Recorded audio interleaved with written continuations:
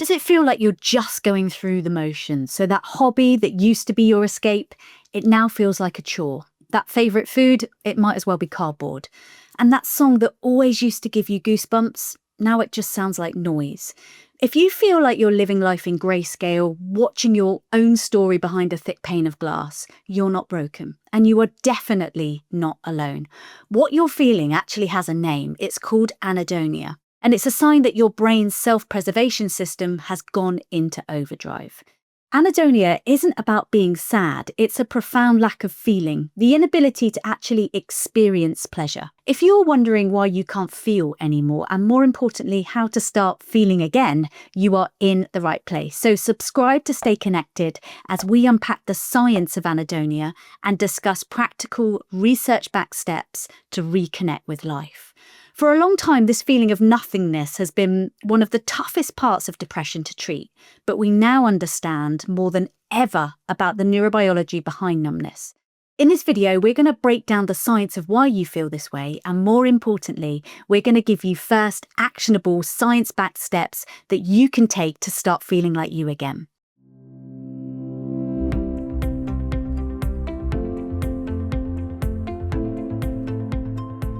To really get what anhedonia is, we need to talk about your brain's reward system. Picture your brain as a sprawling city buzzing with life and energy, and the city has a complex power grid that delivers motivation to every neighbourhood, encouraging it to build, create and connect. That power grid is your brain's reward circuit, and it's essential for motivation, learning and, as you've guessed it, feeling pleasure. The main power source for this grid is a neurotransmitter that you've probably heard of. It's called dopamine.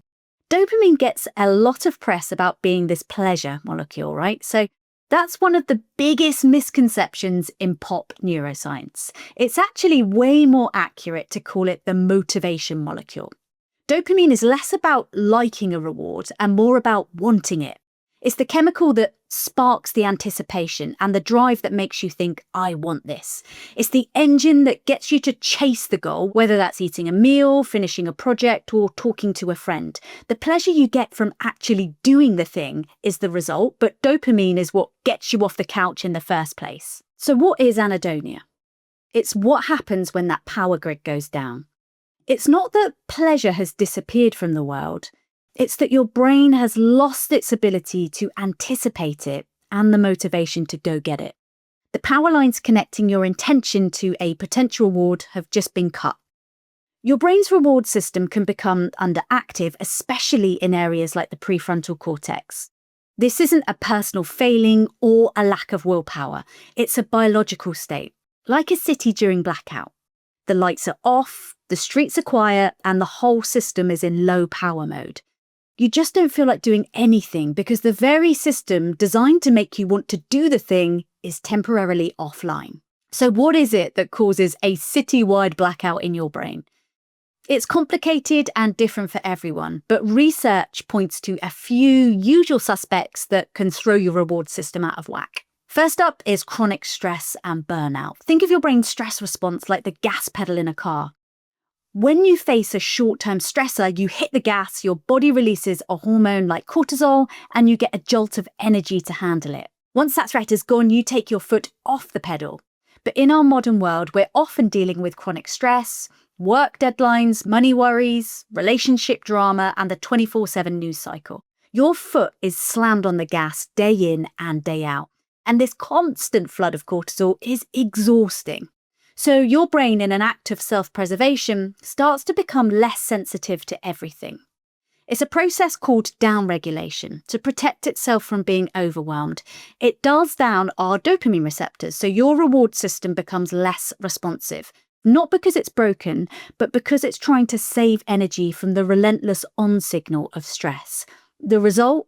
You feel blunted, flat, and numb. Reason number 2 is depression. So anhedonia isn't just a side effect of depression. It's one of its 2 core symptoms, right alongside a persistent low mood. In fact, you can actually be diagnosed with major depressive disorder without feeling sad at all, as long as you have that profound loss of interest or pleasure. Biologically, depression can clog the communication lines between different parts of your brain. The signal that makes up your reward circuit can become slow and sluggish, almost like they're trying to move through thick mud or treacle. This is also why standard antidepressants like SSRIs can sometimes miss the mark on anhedonia. They primarily target serotonin and not the dopamine-driven pathways of motivation. Anhedonia's link to depression is so tight that it's often a predictor of how severe the depression is and how tough it might be to treat. And the third major cause is trauma. Emotional numbing can be a powerful survival tool. When an experience is just too terrifying for the mind to process, the brain can literally flip a switch and shut down emotional processing. This is called disassociation, and it's your brain's way of protecting you from a pain that feels like it's too much to bear. It's an incredibly smart defense in that very moment. The problem is sometimes that switch can stay off long after the danger has gone, and the brain has learned that deep feelings are actually dangerous, so it keeps them turned down to keep you safe. This can show up as social anhedonia, where connecting with others feels almost impossible, or physical anhedonia, where a hug feels empty. What once was a shield has become a cape, leaving you feeling really disconnected from the world and yourself. Okay, we've gone over the science, but what can we actually do about it? When the part of your brain that makes motivation is offline, how are you supposed to get motivation to fix it? It feels like a vicious cycle. Trying to think your way into pleasure is like sitting in a car with a dead battery and just wishing that your engine would turn on. It's not going to work. You need that jump start. And this is where one of the most powerful evidence-based tools for fighting anhedonia comes in, and it's called behavioral activation. The idea is actually simple but really radical. Act first, let the feelings follow. You don't wait for motivation to show up. You create it with action. Behavioral activation is the jump start that your brain needs. By doing an activity, even when you have zero desire to do it, you're manually sending a signal back to your reward system. So you're creating a tiny spark in that dormant power grid. The genius of behavioral activation is that it's really simple and it breaks the cycle of doing nothing. So here is your first non-negotiable step. First, make a list. This isn't a to-do list of overwhelming chores. This is an activity menu. Write down 10 to 15 really small, simple things that you used to enjoy or you used to find meaningful, or even if you just felt neutral about them. The key here is to think really small, ridiculously small. We're talking too small to fail small. So for example, listening to one song, stretching for 20 seconds, or stepping outside for 30 seconds, petting your dog, smelling a cup of coffee, or reading a single page of a book. The activities need to require almost no energy or planning at all. Second, schedule one thing. Pull out your phone or a calendar and put one of those activities on your schedule for tomorrow. Give it a specific time, like 10 a.m. Listen to one song, but by scheduling it, you're turning a vague idea into a real commitment. The goal here is absolutely not to feel excited about it, not even to enjoy it. The goal is to simply do it. You are scheduling an action and not a feeling. And this takes away all of the pressure to have fun, which is impossible when you're feeling numb. The only way to succeed is to check the box that you did the thing. Third, when the time comes, do the activity without judgment. Look, your brain is going to scream and say, this is pointless and this won't work. I really don't feel like it. Acknowledge those thoughts and then do it anyway. Put the song on, step outside, pet the dog, do a stretch. For those few minutes, you are the scientist running an experiment. And the data you're collecting isn't, did I feel happy? The data is, did I do the thing? That's it. By completing that one scheduled task, you have already succeeded. You've sent a tiny pulse of electricity through that dormant reward circuit, and you're teaching your brain through action that engagement is absolutely possible again. This may feel tiny, but it's the most important step that you can take. You're not trying to jump from feeling nothing to feeling happy. That is an impossible leap.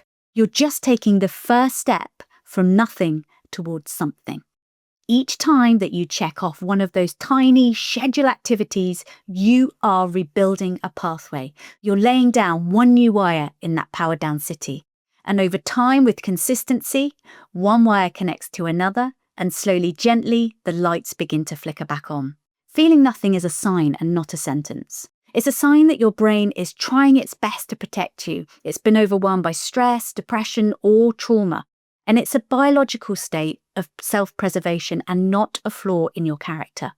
The path back to feeling isn't quick or easy, but it is absolutely possible.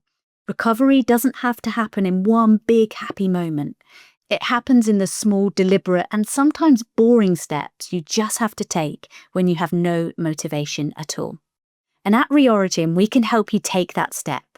Join us today at reorigin.com, where we've helped thousands of people rewire their brain, restore motivation, and rediscover joy through science-backed neuroplasticity tools. Because healing isn't luck, it's learning your brain's way forward. Remember, you don't have to build this city all on your own. We're here for you and with you every step of the way.